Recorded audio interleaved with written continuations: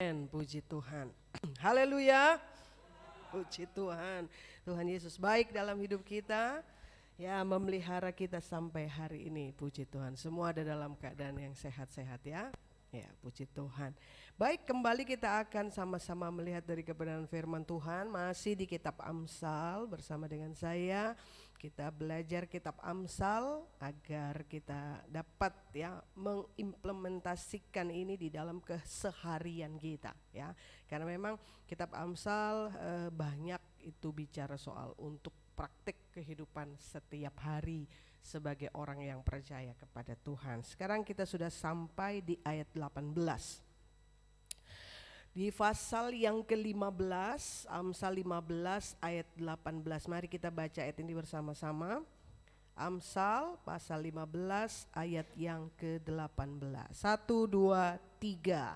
Si pemarah membangkitkan pertengkaran, tetapi orang yang sabar memadamkan perbantahan. Puji Tuhan.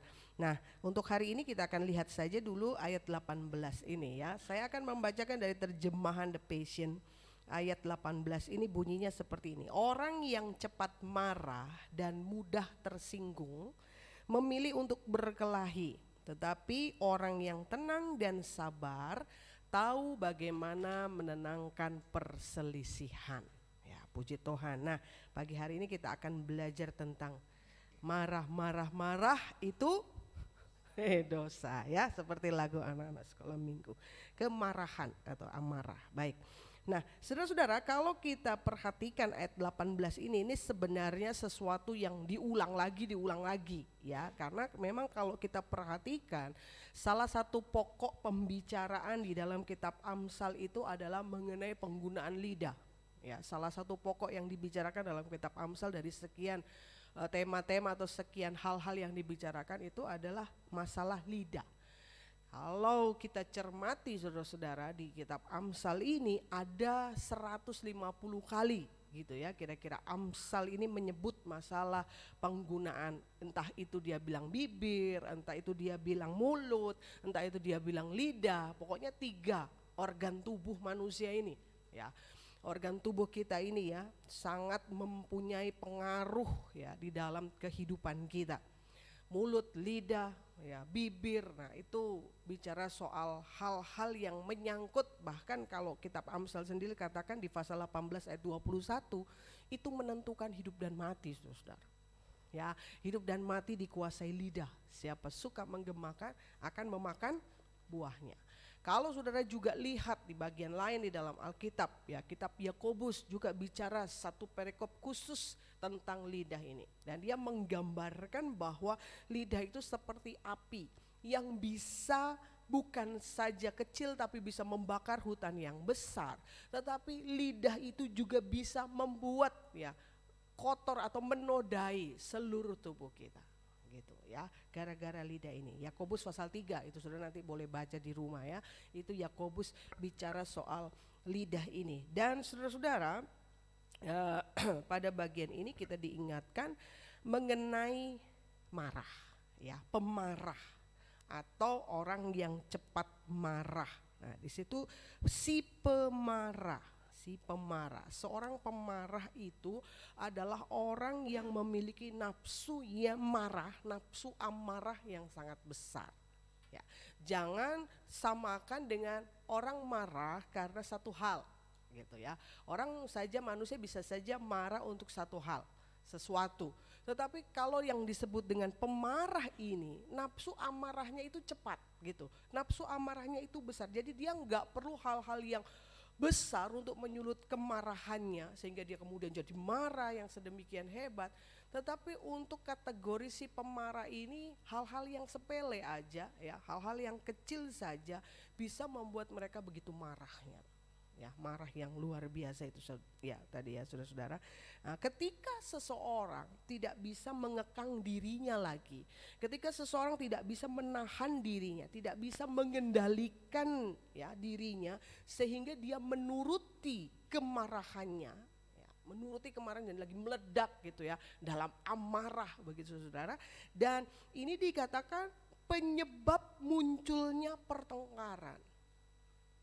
pertengkaran, dan dapat dipastikan satu pertengkaran itu akan menimbulkan pertengkaran yang lain. Ya, berapa waktu yang lalu kita bicara soal pertengkaran ya. Pertengkaran seperti membuka jalan air, undur sebelum terjadi, sebelum perbantahan, mulai perbantahan itu awal, bantah akhirnya berantem, nah gitu. Jadi mundur dulu. Seperti itu. Nah, seperti inilah saudara. Jadi kalau orang sudah nggak bisa mengekang diri, dia bisa menahan diri, dia menuruti kemarahannya. Nah, ini penyebab terjadinya perkelahian, penyebab terjadinya sengketa, penyebab terjadinya pertengkaran. Nah, salah satu ciri manusia akhir zaman itu tidak dapat mengekang diri. Nah, itu ya. Salah satu ciri manusia akhir zaman itu adalah tidak dapat mengekang diri. Ya, garang, tidak dapat mengekang diri, jadi gak ada kendali lagi. Jadi begitu sedikit aja ya tersulut, tersentuh hal-hal yang dia gak pengen orang lain menyentuhnya, menyinggungnya, tersinggung sedikit, ini jadi begitu marahnya sehingga keluar kata-kata yang fantastis gitu ya, kata-kata yang luar biasa, kata-kata yang menyakitkan. Bukan hanya menyakitkan si pendengar, menyakitkan Tuhan tentunya. Ya, begitu. Saudara-saudara, kalau kita perhatikan, saya mengajak saudara melihat ayat yang senada dengan Amsal pasal 15 dan 18 ini di Amsal pasal 26.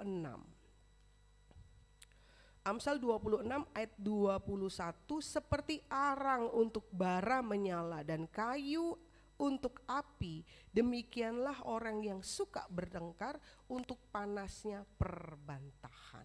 Pertengkaran itu seperti api dikatakan, bikin panas gitu ya, bikin panas. Mungkin kalau di gambaran karikatur kartun itu udah telinganya ini keluar pss, pss, pss, keluar asapnya. Nah, kalau udah mulai marah ya, makanya merah, matanya merah, saudara ya, ke telinganya merah, rambutnya mungkin berdiri, keluar asap dari telinganya, panas, hatinya panas, jiwanya panas.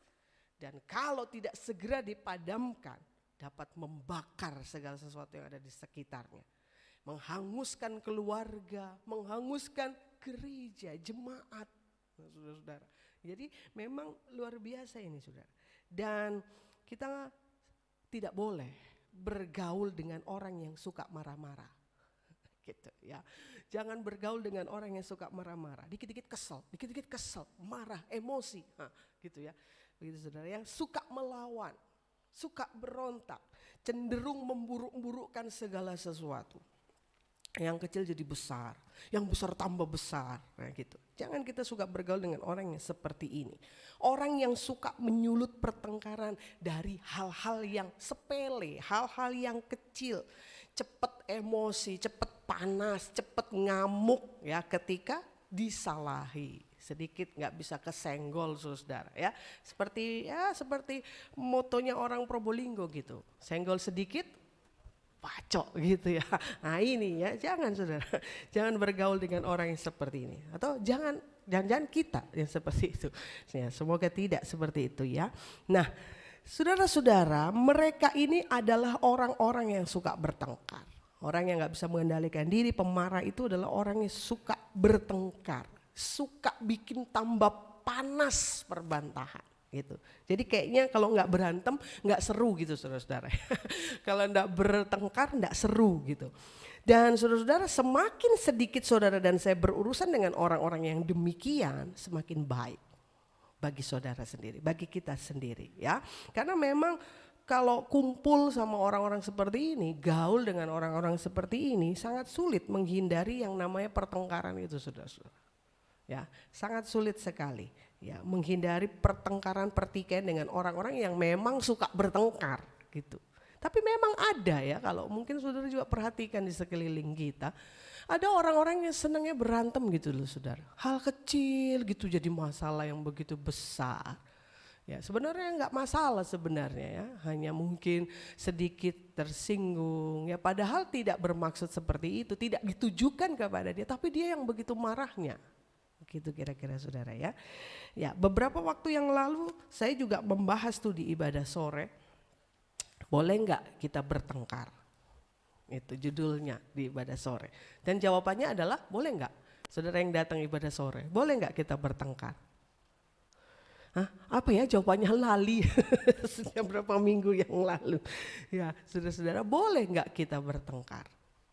Pertengkaran itu pemicu. Jadi pertengkaran itu sebenarnya memberi kesempatan kepada iblis sebenarnya, saudara-saudara. Membuka celah bagi iblis untuk akhirnya terjadi apa? Dari pertengkaran, perpecahan. Dan perpecahan itu saya gambarkan oleh firman Tuhan pada sore itu, saya katakan seperti di hadapan Tuhan itu seperti seorang perempuan yang pakai gaunnya sobek. Saudara pernah nggak pakai rok sobek? Pernah pasti di rumah, dan saudara sobek semua pasti. Karena yang sobek itu yang enak katanya, ISIS ya, adem. Ya tapi kan enggak mungkin saudara pakai yang sobek itu untuk ke pesta. Begitu loh ya, enggak mungkin kita pakai itu untuk satu acara yang dihadiri banyak orang, acara yang terhormat, pesta. Dan di hadapan Tuhan pertengkaran, perpecahan itu bagaikan gaun pesta yang dikenakan oleh seorang wanita, tapi gaunnya robek. Memalukan. Nah, kita belajar ketika ada perceraian atau ketika ada perpecahan gitu ya, tidak ada berkat di dalamnya. Tidak ada berkat di dalam. Begitu. Nah, saudara-saudara, sekalipun memang selalu ada yang disebut bahan bakar, ya, selalu ada yang disebut bahan bakar yang digunakan untuk menyulut pertengkaran. Sekalipun demikian, entah itu berupa fitnah gitu ya, gosip-gosip itu tadi, pergunjingan gitu ya. Kalau bahasa Alkitab itu bisik-bisik. Nah, siapa di sini yang suka bisik-bisik? Ketika dengar firman Tuhan bisik-bisik, punya permen apa ndak ngantuk aku. Bisik-bisik ya gitu, bukan bisik-bisik itu saudara. Maksudnya bergunjing itu. Menjelek-jelekkan orang lain, membocorkan rahasia, itu termasuk salah satu bahan bakar untuk menyulut pertengkaran. Menyalahartikan kata-kata, menyalahartikan berbagai kata-kata, dengar kata-kata, tahu sebenarnya maksudnya enggak begitu, tapi terjemahannya beda ketika disampaikan kepada temannya. Dia itu ngomongnya gini, padahal enggak gitu ngomongnya saudara ya. Sehingga membuat yang mendengar itu menjadi tersulut gitu. Emosi terus marah, panas begitu. Ya. Jadi saudara-saudara yang kekasih di dalam Tuhan, ini adalah seperti bahan bakar ya untuk menyulut pertengkaran, membangkitkan kemarahan. Ya. Hal-hal yang membuat diciptakan, diwujudkan lewat kata-kata membuat orang lain cemburu terhadap sesamanya, terhadap orang lain, terhadap temannya, terhadap tetangganya. Menaburkan mulai benih-benih ya perpecahan dari kata-katanya. Nah itu bagaikan bahan bakar sebenarnya saudara-saudara. Nah sekalipun memang bahan bakar itu mudah didapatkan dan murah ya, nggak kayak bahan bakar mobil sekarang yang cukup mahal ya, dan murah. Ini bahan bakar untuk menyulut pertengkaran ini murah banget saudara-saudara ya, mudah didapatkan. Tetapi sebagai orang yang percaya kepada Tuhan, nasihat Amsal di sini adalah kita harus menghindari kegiatan yang kayak gitu, menghindari kegiatan yang seperti ini. Bahkan mendukung mereka yang melakukan pun tidak boleh. Gitu. Kalau ada orang yang melakukannya dan saudara memberi telinga saudara untuk mendengarkan, saudara seperti orang sedang mendukung orang itu melakukan hal yang demikian. Kalau ada yang seperti itu, berhenti, stop. Lebih baik distrap di dalam nama Yesus. Dalam nama Yesus, berhenti ngomong. Gitu ya saudara-saudara ya. Jangan iya terus ya apa? Iya mancene itu. Udah mulai itu ya jadi besar ya, jadi seru saudara-saudara. Tapi kita tidak tahu akhirnya membuat malapetaka yang digambarkan oleh salah seorang komentator Alkitab itu seperti badai sebenarnya saudara-saudara ya. Ya padahal pusat badai itu bukan pada materinya sebenarnya. Ya, badai kemarahan sehingga menimbulkan pertengkaran itu sebenarnya bukan pada materinya, bukan pada bahannya. Bahan apa yang membuat orang itu marah atau bahan apa yang membuat terjadinya perkelahian atau pertengkaran. Tetapi sebenarnya lebih pada penyebab utamanya itu orangnya gitu. Ya, orangnya, bukan bahannya. Bahan bakar boleh mudah diperoleh. ya, gampang diperoleh. Tetapi tergantung personnya, tergantung orangnya, apakah gampang tersulut itu atau itu tadi tidak mudah untuk tersulut. Ada pengekangan diri. Coba kita lihat sekarang Amsal 29 ayat 22. Amsal 29 ayat 22, si pemarah menimbulkan pertengkaran dan orang yang lekas gusar banyak pelanggarannya. Tuh ya, lihat di sini saudara ya.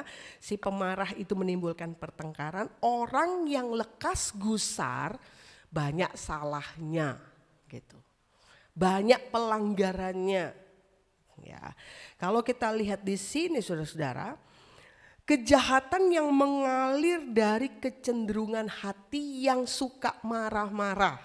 Ya, kejahatan apa yang mengalir dari kecenderungan hati yang suka marah-marah, mudah jadi panas tadi, mudah tersulut tadi, mudah menjadi geram tadi, ya, menimbulkan pertengkaran ini. Ya, kejahatan ini menimbulkan pertengkaran itu kejahatan di hadapan Tuhan, saudara-saudara. Firman Tuhan itu jahat, sesuatu yang jahat, saudara-saudara, ya, membuat kesusahan, ya, menyusahkan keluarga. Menyusahkan tetangga, itu saudara, menyusahkan jemaat Tuhan dalam satu organisasi jemaat, ya, dalam satu gereja lokal, ya, itu sangat ya, di hadapan Tuhan itu hal-hal yang jahat itu bagaikan kejahatan saudara-saudara, meniupkan bara gitu tadi, ya, meniupkan bara sehingga terjadi persengketaan, hilang damai sejahtera gitu. Orang yang senang bertengkar enggak terasa kalau damai sejahteranya hilang. Ya. Karena memang dia biasa bertengkar sih, damai-damai aja sih dia ya. Tapi orang lain dibuatnya kehilangan damai sejahtera. Begitu. Dan ini adalah satu bentuk kejahatan, firman Tuhan bilang, ya. Dan selanjutnya, apalagi kecenderungan hati yang membuat manusia membangkitkan murka Tuhan. Sikap seperti ini membangkitkan murka Tuhan. Orang yang lekas gusar di situ tadi ya, di ayat pasal 29 ayat 22. Orang yang lekas gusar dia selalu mengikuti hawa nafsu marahnya. Gitu. Ya, orang yang lekas gusar ini yang tidak bisa ya pasti kalau orang kayak gini banyak salahnya, banyak pelanggarannya. Amarah yang tidak sepatutnya itu adalah dosa di hadapan Tuhan dan penyebab dosa yang lain. Begitu saudara-saudara, ya. Jadi amarah itu tidak hanya menghalang-halangi ya hubungan kita dengan Tuhan. Amarah itu tidak hanya menghalang-halangi kita bisa berseru memanggil nama Tuhan, tetapi juga amarah itu memberi kesempatan kepada dirinya sendiri atau kepada orang lain untuk saling melemparkan sumpah serapah, maki-makian. Dan itu apakah mempermuliakan nama Tuhan? Tentu tidak. Saya enggak berbicara di kalangan sana ya, orang yang tidak percaya kepada Tuhan. Ya, apalagi kalau saudara suka lihat medsos ya. Nah, tuh ya, medsos banyak banget tuh. Akhirnya laporin sana, laporin sini, ya, panggil pengacara, akhirnya ribut. Nah begitu. Itu tadi, gara-gara itu saudara-saudara. Dan di kalangan anak Tuhan itu tidak boleh sepatutnya terjadi. Karena itu mencemarkan nama Tuhan. Ingat ayat di dalam Mazmur 24 ayat 3 sampai ayat yang ke-5. Mazmur pasal yang ke-24. Ayat 3 sampai ayat 5 dikatakan, siapakah yang boleh naik ke atas gunung Tuhan? Siapakah yang boleh berdiri di tempatnya yang kudus? Orang yang bersih tangannya dan murni hatinya, yang tidak menyerahkan dirinya kepada penipuan dan yang tidak bersumpah palsu. Dialah yang akan menerima berkat dari Tuhan dan keadilan dari Allah yang menyelamatkan dia. Jelas saudara-saudara? Jelas enggak? Jelas, ayat ini enggak usah dijelaskan lagi, jelas banget ya. Siapa yang bisa menghadap Tuhan? Siapa yang pantas memanggil nama Tuhan? Siapa yang pantas tadangkan tangannya di hadapan Tuhan dan terima berkat dari Tuhan? Adalah orang-orang ini tadi bersih tangannya, murni hatinya. Ya, murni hatinya, tidak menyerahkan diri kepada penipuan dan seterusnya. Orang-orang inilah yang pantas angkat tangannya dan terima berkat turun dalam hidup mereka. Begitu saudara-saudara. Matius pasal 5 ayat 22 sampai 24, Tuhan Yesus juga menegaskan hal yang sama. Matius pasal yang ke-5 sudah dibahas ini ya dalam pelajaran Injil Matius nih.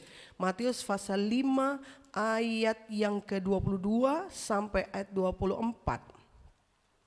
Tetapi aku berkata kepadamu, setiap orang yang marah terhadap saudaranya harus dihukum. Siapa yang berkata kepada saudaranya kafir harus dihadapkan ke mahkamah agama. Dan siapa yang berkata jahil harus diserahkan ke dalam neraka yang menyala-nyala. Sebab itu jika engkau mempersembahkan persembahanmu di atas mezbah dan engkau teringat akan sesuatu yang ada di dalam hati saudaramu terhadap engkau, tinggalkanlah persembahanmu di depan mezbah itu dan pergilah berdamai dahulu dengan saudaramu, lalu kembali untuk mempersembahkan persembahanmu itu. Jelas saudara-saudara ya. Mungkin kita nggak maki sih, ya kalau marah nggak maki, cuma bilang telo. Ya, tahu saudara? Pernah bilang gitu. Ya kalau marah itu makanan saudara. Telo itu enak. Tapi itu ketika diucapkan ke seseorang maksudnya beda. Ya pastilah ya, pasti jujur itu maksudnya beda. Nah, kita tahu ya dari Alkitab, dari firman Tuhan, hal-hal seperti ini menghalangi berkat Tuhan tercurah dalam hidup saudara dan saya. Baik ya. Nah, oleh sebab itu kalau kita kembali kepada Amsal tadi 15 ayat 18, di sana Salomo memberikan perbandingan. Ya, dia memberikan perbandingan tuh. Si pemarah tadi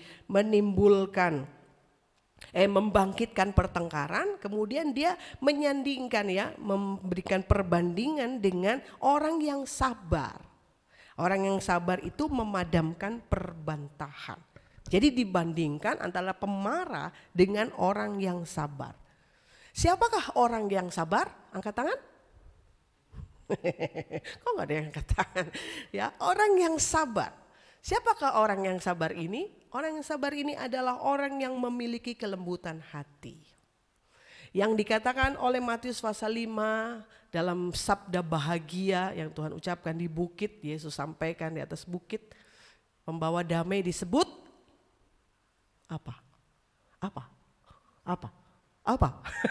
Berbahagialah orang yang membawa damai karena mereka akan disebut apa?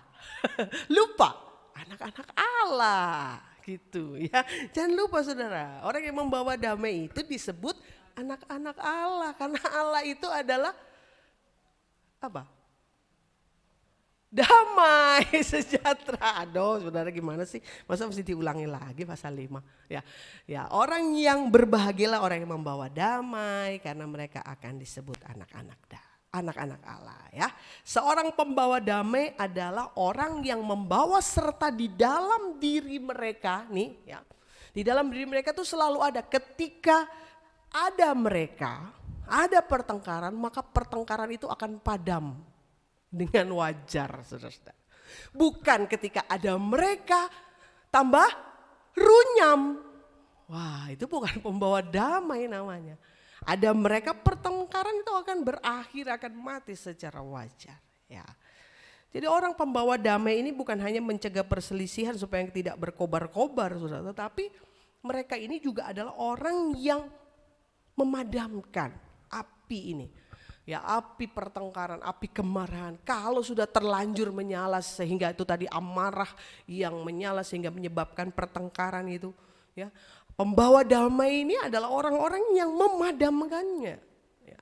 Dia akan menyiramkan air sampai mati apinya, gitu saudara. Ini dan mereka ini adalah orang yang bisa ada kadang-kadang cenderung begini saudara, ada pendapat begini, ada orang yang bermaksud ketika ada perselisihan antara saudara ya dengan saudara dalam sebuah jemaat atau ya di manalah gitu ya, dan ada orang yang bermaksud dia mengatakan dirinya saya mau memediasi gitu ya, saya mau memediasi. Tapi kalau dia bukan pembawa damai, mediasi yang dia kerjakan tidak akan menghasilkan kebaikan, saudara. Maka akan hancur berantakan gara-gara mediasi yang dilakukannya. Jadi kalau mau memediasi sesuatu, berdoa dulu pada Tuhan, minta hikmat. Ya, jangan sok-sok mau memediasi padahal kita sendiri adalah orang yang tidak membawa damai kemana kita pergi. Bukan mediasi itu menghasilkan perdamaian, kesepakatan bersama antara dua pihak yang bertikai, tapi malah runcing, malah runyam, akhirnya terjadi perpecahan di dalam gereja Tuhan. Begitu saudara-saudara. Nah, orang yang sabar, sini ya, adalah orang yang lambat untuk marah. Amin. Apakah saudara sabar? Hehehe, kok ketawa sendiri saudara? Jangan senyum-senyum sendiri. Apakah kita adalah orang yang sabar? Ya, semoga kita adalah orang yang sabar ya. Karena orang yang sabar ini adalah orang yang lambat untuk marah. Apakah saudara lambat untuk marah? Loadingnya lama kalau mau marah saudara. Ya, masih Pentium berapa tuh ya kalau mau marah. Loadingnya lama. Yakobus pasal 1 ayat 18 sampai 20. Coba lihat Yakobus pasal yang pertama ayat 18 sampai ayat yang ke-20. Di mana ini Yakobus? Yakobus setelah Ibrani ya, ada Yakobus 1 ayat 18 sampai 20. Atas kehendaknya sendiri ia telah menjadikan kita oleh firman kebenaran supaya kita pada tingkat yang tertentu menjadi anak sulung di antara semua ciptaannya. Hai saudara-saudara yang kukasihi, ingatlah hal ini. Setiap orang, yuk sama-sama baca deh ayat 19 ini. Ingatlah hal ini. Setiap orang hendaklah cepat untuk mendengar, tetapi lambat untuk berkata-kata dan juga lambat untuk marah. 20 sama-sama. Sebab amarah manusia tidak mengerjakan kebenaran di hadapan Allah. Amin. Amin. Harus amin karena ini firman Tuhan. Ya, amin. Ini firman Tuhan. Jadi kita dapati di sini harus lambat untuk marah, cepat mendengar, lambat berkata-kata, lambat juga untuk marah. Jangan dibalik saudara-saudara, jangan dibalik. Lambat mendengar, cepat berkata-kata, cepat marah. Aduh ya, amarah manusia tidak pernah mengerjakan kebenaran di hadapan Allah. Saudara yang kekasih di dalam Tuhan, untuk kita punya kemampuan atau memiliki kemampuan menjadi seorang yang lambat untuk marah, yang harus dikerjakan adalah kita perlu kembali kepada firman Allah. Kembali kepada kebenaran firman Allah. Lihat pada ayat yang ke-18. Ya. Ke atas kehendaknya sendiri ia telah menjadikan kita oleh firman kebenaran. Kita perlu lahir baru yang dikerjakan oleh firman kebenaran. Tapi kalau mau dibilang lahir baru ya, kita di sini kayaknya udah anak Tuhan kawakan semua saudara ya. Bukan ada yang baru kemarin jadi anak Tuhan kan ya. Sudah kawakan semua, udah lahir baru semua seharusnya. Seharusnya sudah lahir baru semua. Tetapi sebenarnya apa masalahnya sehingga masih bisa atau masih cepat marah itu tadi. Gak bisa lambat untuk marah. Ya, kita semua adalah orang-orang yang disebut dengan ciptaan baru. 2 Korintus 5:17 katakan begitu kan? Ada di dalam Yesus, dia ciptaan yang baru. Ya, dengan lain kata sebenarnya kita harus sudah jadi orang yang berbeda dengan dulu sebelum percaya kepada Yesus. Ingat-ingat berapa tahun sudah saudara jadi anak Tuhan? Berapa tahun sudah saudara jadi pengikut Kristus? Ya. Sejauh tahun itu 10, 20, 30 tahun, 40 tahun sudah jadi anak Tuhan? Apakah sudah berbeda dengan ketika belum jadi anak Tuhan? Atau ada hal-hal yang masih sama seperti sebelum jadi anak Tuhan? Nah, saudara yang kekasih di dalam Tuhan Yesus Kristus, Roma pasal 12 ayat 2 jelas di sana dikatakan kita harus berubah oleh pembaharuan budimu. Kita harus berubah. Dan saudara-saudara yang kekasih di dalam Tuhan, kewajiban kita sebagai ciptaan baru itu adalah menanggalkan manusia lama. Ini yang seringkali tidak dilakukan. Ya, saya adalah ciptaan yang baru, saya udah ada di dalam Kristus Yesus, percaya kepada Yesus. Tetapi belum mau menanggalkan manusia lama. Masih pakai manusia lama. Manusia lama bagaikan kebanggaan di dalam dirinya. Saya itu orang sombong loh, jangan macam-macam sama saya. Saudara, manusia lama yang masih dibawa-bawa, jadi kebanggaan. Sombong itu bangga, sebuah kebanggaan. Ya, jangan macam-macam sama saya nggak bisa disalahi loh ya. Dari lahir saya itu udah nggak bisa disalahin. Ya, jangan kan kamu ya, yang melahirkan saya aja nyalain saya tendang. Aduh, ya, saudara yang kekasih di dalam Tuhan, dari dulu saya itu seperti ini, nggak bisa berubah. Jangan katakan tidak bisa berubah, di dalam Kristus harus berubah. Di dalam Kristus itu harus berubah, ciptaan yang baru. Setelah jadi ciptaan baru, kenakan manusia baru. Jangan masih pakai manusia lama. Efesus pasal 4 ayat yang ke-22. Efesus 4 ayat 22, yaitu bahwa kamu berhubung dengan kehidupan kamu yang dahulu harus menanggalkan manusia lama yang menemui kebinasaannya oleh nafsunya yang menyesatkan. Ciptaan baru sudah jadi anak Tuhan puluhan tahun, tapi manusia lamanya masih dipakai terus. Saudara yang kekasih di dalam Tuhan, kalau kita nggak menanggalkan manusia lama kita, maka dikatakan itu akan membawa kita kepada kebinasaan. Gitu. Jadi saudara, kalau kita ini adalah ciptaan baru, mengaku ya saya ciptaan baru di dalam Tuhan. Saya anak Tuhan, dulu gak percaya kepada Yesus, sekarang saya percaya kepada Yesus. Mari lihat kepada diri kita, apakah kita sudah mengenakan manusia baru, sudah menanggalkan manusia lama, atau ciptaan baru tapi stok lama. Ya, ciptaan baru tapi masih pakai manusia lama. Ya heran kalau itu tadi sulit untuk lambat menjadi marah. Sulit untuk mengekang diri, sulit untuk tidak mudah tersulut ya oleh hal-hal yang bahan bakar tadi sehingga tidak menjadi marah. Saudara yang kasih di dalam Tuhan, Kolose pasal 3 ayat 8. Kolose pasal 3 ayat 8 sampai ayat 10.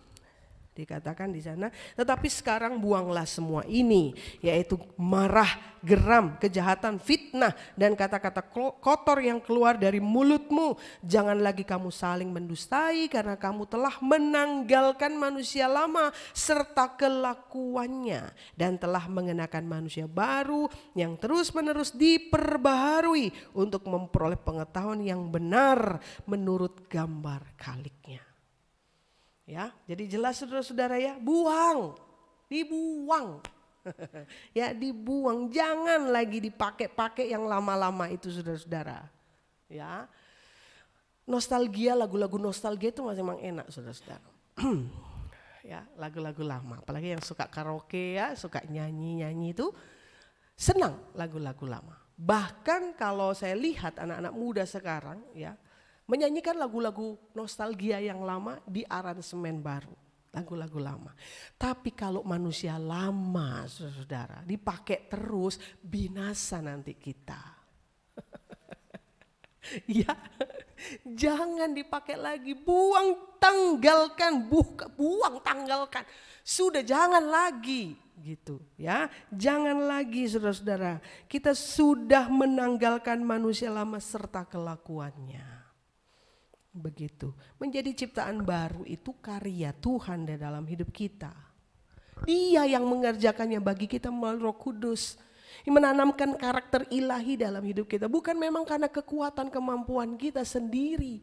Dan tapi ini bukan jadi dalih. Ya kan? Itu kan karena Tuhan. Berarti kalau saya belum berubah, ya memang Tuhan belum menghendaki saya berubah mungkin. Wah, minta dihajar itu saudara. Ya, saudara yang kekasih di dalam Tuhan, karya Tuhan memang, tetapi harus ada kemauan dari kita untuk buka manusia lama kita dan tinggalkan. Ku telah mati dan tinggalkan hidupku yang lama. Semua sia-sia dan lagu. Ya, tadi nyanyi itu kan? Oh bukan. Ya, saya kira tadi nyanyi itu. Ya, mati tinggalkan. Sudah, cara hidup yang lama itu buang, sudah tinggalkan. Ayo kerjasama dengan Roh Kudus, dia mau memberi kepada kita sifat dan karakter ilahi. Ya, kita harus kerjasama. Ya, kita terima pembaharuan dari Tuhan. Ingat, pembaharuan itu terus menerus gitu. Kita menuju kepada satu titik yang disebut dengan kedewasaan penuh, saudara-saudara. Tingkat pertumbuhan yang sesuai dengan kepenuhan Kristus. Saya pernah ngobrol dengan teman saya. Dan dia kurang setuju dengan ini, ya, dengan pemahaman ini. Dia katakan mana ada orang sempurna. Gak mungkin kita bisa mencapai yang disebut dengan kesempurnaan. Padahal firman Tuhan tulis, kita semua sedang digiring untuk kedewasaan penuh, tingkat pertumbuhan yang sesuai dengan kepenuhan Kristus. Dia katakan sempurna itu adalah ketika kita melakukan segala sesuatu dengan yang terbaik. Udah itu sempurna. Saya nggak mau berdebat, ya, saya nggak mau berbantah-bantah. Ya, saya cuman bilang kasihan ya pengetahuan yang seperti itu. Saudara yang kekasih di dalam Tuhan, kita perlu jadi anak Tuhan yang benar-benar berpengetahuan. Jangan sampai ada itu muncul-muncul di internet, muncul-muncul di sosial media, pengajaran-pengajaran main kita telan aja. Ya, main kita terima saja. Padahal gak sama dengan firman Tuhan yang firman Tuhan ajarkan. Ya, hamba-hamba Tuhan di tempat ini, Bapak Ibu Gembala Saudara, kami berusaha menyampaikan yang firman Tuhan. Kata firman Tuhan. Bukan pengertian kami sendiri. Bukan firman Tuhan lalu dimengerti sendiri. Oh, kira-kira kayak gini nih pengertian. Tidak. Firman Tuhan harus dimengerti dengan firman Tuhan yang lain. Menafsirkan firman Tuhan harus ditafsirkan dengan firman Tuhan itu sendiri. Begitu saudara-saudara. Jadi saudara yang kekasih di dalam Tuhan Yesus Kristus, ada banyak ya pengajaran-pengajaran di luar sana yang mulai muncul. Mulai mengeluarkan ya orang percaya dari doktrin Alkitab yang sebenarnya. Hati-hati. Ya, hati-hati. Iblis itu licik.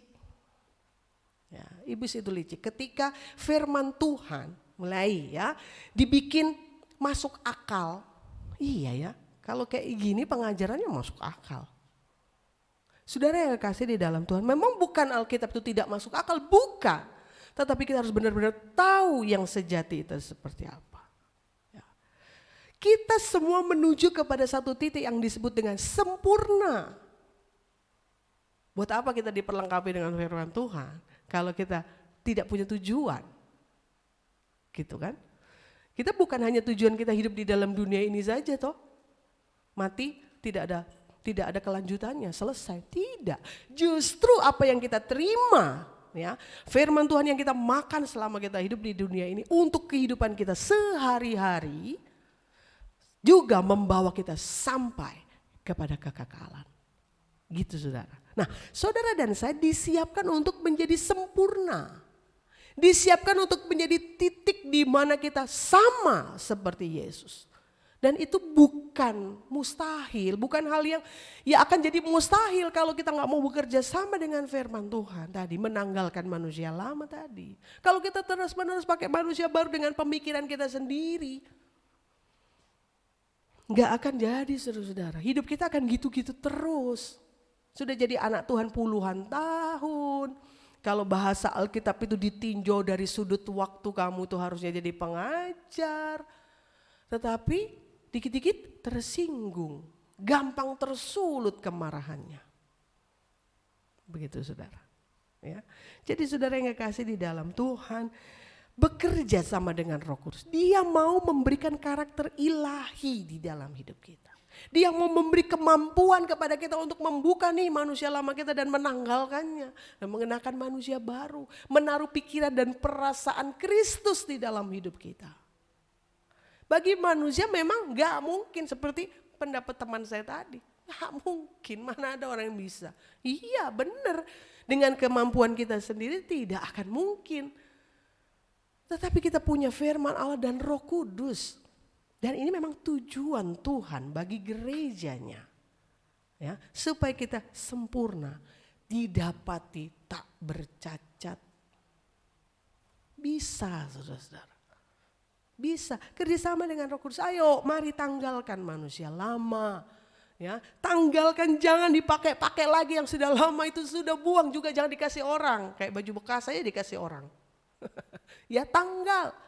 Bagi anak cucu, ya ajarkan, jangan wariskan tuh yang lama-lama kepada anak-anak dan cucu-cucu kita. Ya. Sudah bang, memang turunan saya gitulah, namanya juga turunan saya lah. Saudara, harus dibuang, tanggalkan, kenakan Kristus di dalam kehidupan kita. Ya, dan kemudian saudara-saudara, sarana yang dipakai oleh Tuhan untuk mengerjakan ini, ya karakter ini dalam hidup kita, itu adalah firman Allah dan Roh Kudus. Ya, perlu mengisi hidup kita dengan firman kebenaran. Firman kebenaran. Bukan asal firman, tapi firman kebenaran. Firman kebenaran nih, firman kebenaran. Yang murni, yang sejati saudara-saudara. Terima firman itu. Terima pekerjaan Roh Kudus itu dalam hidup kita, mengubahkan kita. Bukan hanya manifestasinya tok saudara-saudara. Saya kalau dipenuhkan dengan Kudus rasanya seriwing-seriwing gitu ya kayaknya. Masuk angin juga seriwing-seriwing. Ya. Saya kalau dipenuhkan dengan Roh Kudus rasanya gimana gitu, damai sejahtera. Enak, damai sejahtera, tapi hayo dimanifestasikan di dalam keseharian kita, berubah. Pembaharuan budi, berubah. Untuk berubah itu dulu, lepas dulu pakaian yang lama, lepas dulu manusia lama. Jangan sayang, sudah mati di atas kayu salib bersama dengan kematian Yesus, ya. Sudah kita lewati kan masa raya Paskah.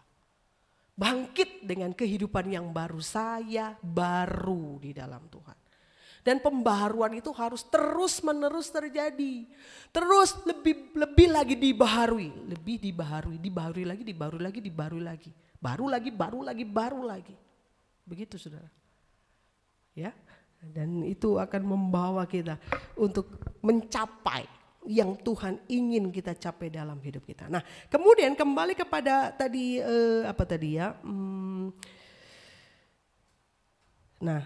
Yakobus tadi.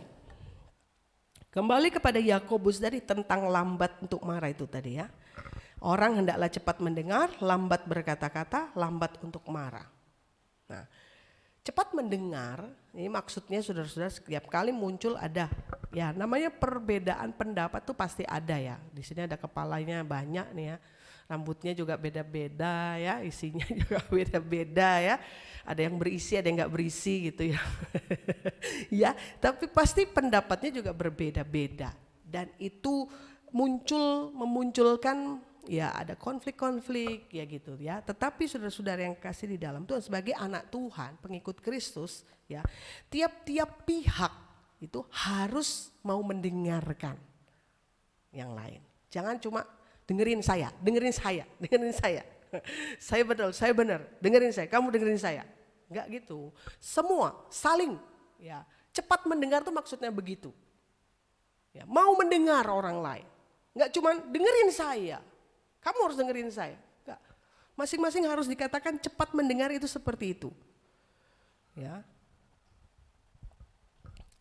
Dan saudara-saudara seringkali orang memegang pendapatnya sendiri. Ya, seringkali. Manusia memang kebanyakan begitu. Merasa dirinya yang paling benar pendapatnya, ya. Dan mereka nggak mau dengar orang lain, Kalau di dalam rumah kayak gitu, saudara-saudara, nggak heran konflik terus-menerus terjadi. Gitu.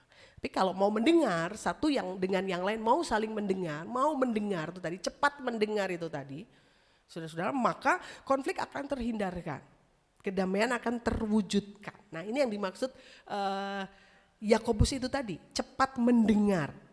Lambat marah itu maksudnya apa? Kekang lidah itu saudara-saudara. Ya, kalau mau ngomong mikir dulu.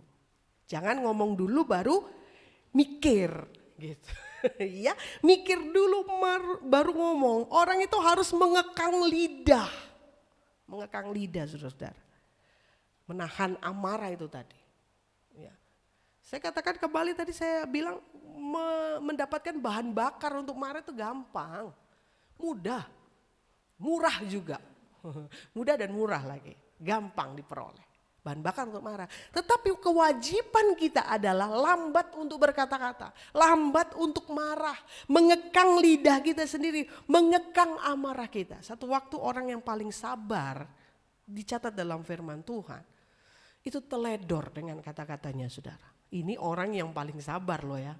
Yang dicatat oleh firman Tuhan. Musa. Satu kali orang Israel itu benar-benar suka menyulut amarah pemimpin, saudara-saudara ya. Menyulut amarah Musa. Ya mungkin kalau zaman kita sekarang kita maklum ya kan Musa manusia juga. Tapi zaman perjanjian lama gak ada pemakluman saudara-saudara. Teledor dengan kata-kata gak masuk Kanaan. Berdosa di hadapan Tuhan. Untung kita hidup di zaman anugerah ya. Berapa banyak kali kita teledor dengan kata-kata kita. Benar gak? Kalau berlaku zaman perjanjian lama habis gitu saudara, gak masuk surga. Ya, tuh untungnya. Nah si Musa ini di Mazmur pasal 106 ayat 33 di sana dicatat bahwa orang-orang Israel memahitkan hati Musa. Ini menyebabkan dia teledor dengan kata-katanya. Itu saudara. Ya, memang kadang-kadang selalu disulut. Akhirnya itu tadi ada marah, pahit hatinya. Bahkan orang yang paling sabar ini pahit hatinya saudara-saudara gara-gara orang Israel. Ya, gara-gara orang Israel sehingga dia teledor dengan kata-katanya. Akibatnya apa? Dia nggak masuk di tanah Kanaan. Musa nggak masuk, dia hanya melihat dari jauh tanah Kanaan. Yang sebenarnya dia pengen masuk juga ke sana.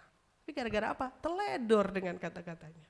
Saudara yang kekasih di dalam Tuhan Yesus Kristus, jika kita lambat untuk berkata-kata, kita juga harus lambat untuk marah. Lambat berkata-kata bukan berarti loadingnya lama saudara, karena mencernanya gak ngerti-ngerti, maksudnya jadi ngomongnya lama, mikir.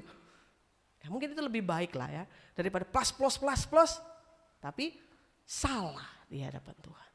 Begitu ya, lambat untuk berkata-kata, lambat juga untuk marah. Saudara yang kasih di dalam Tuhan Yesus Kristus, ayat 20 dari surat Yakobus tadi. Alasannya apa? Supaya kita itu dianjurkan untuk lambat marah, lambat berkata-kata. Alasannya apa? Karena amarah manusia tidak mengerjakan kebenaran di hadapan Allah. Jelas sekali. Amarah manusia tidak akan membenarkan kita di hadapan Tuhan. Apapun alasannya. Amarah loh ya. Gitu saudara-saudara ya. Di dalam Pengkhotbah 9 ayat 17. Dikatakan perkataan orang berhikmat yang didengar dengan tenang lebih baik daripada teriakan orang yang berkuasa di antara orang bodoh. Ya. Perkataan orang berhikmat yang didengar dengan tenang lebih baik daripada teriakan orang yang berkuasa di antara orang bodoh. Teriakan marah-marah, sudah maksudnya itu ya. Galatia pasal 5 19-20, perbuatan daging sudah dijelentrehkan di sana. Salah satunya adalah amarah. Perbuatan daging itu membawa kepada kebinasaan, salah satunya adalah amarah. Ya, amarah itu bagian dari perbuatan daging yang membawa saudara dan saya binasa kalau kita nggak tanggalkan itu, nggak buang itu, ya nggak tinggalkan itu, gitu saudara-saudara. Pengkhotbah 7 ayat 9. Dikatakan di sana, Pengkhotbah pasal 7 ayat 9, janganlah lekas-lekas marah dalam hati, karena amarah menetap dalam dada orang bodoh. Ya, jangan suka simpan marah di dalam hati saudara ya. Gak perlu, gak penting itu ya. Jangan lekas-lekas marah dalam hati. Marah, mangkel, gondok. Nah itu ya. Di sininya marah. Ya, marah di dalam hati. Ya, kalau saudara marah terus nggak keluar-keluar itu marah dalam diri, dalam dada kita. Terus ada di sana. Bahaya buat kita sendiri kan? Ngapain kita simpan-simpan amarah? Ya, Pengkhotbah 10 ayat 4. Pengkhotbah 10 ayat 4. Jika amarah penguasa menimpa engkau, janganlah meninggalkan tempatmu, karena kesabaran mencegah kesalahan-kesalahan besar. Catatan akhir dari apa yang kita pelajari dari Amsal 15 ayat 18. Di sini kita belajar hikmat penting dalam hidup kita sehari-hari. Ya, banyak orang pengen berhikmat, saudara. Banyak sekali orang ingin memiliki hikmat ini. Dan hikmat yang benar itu tidak tumbuh begitu saja. Ya, tetapi hikmat yang benar itu muncul dari pengenalan pribadi antara kita dengan Tuhan.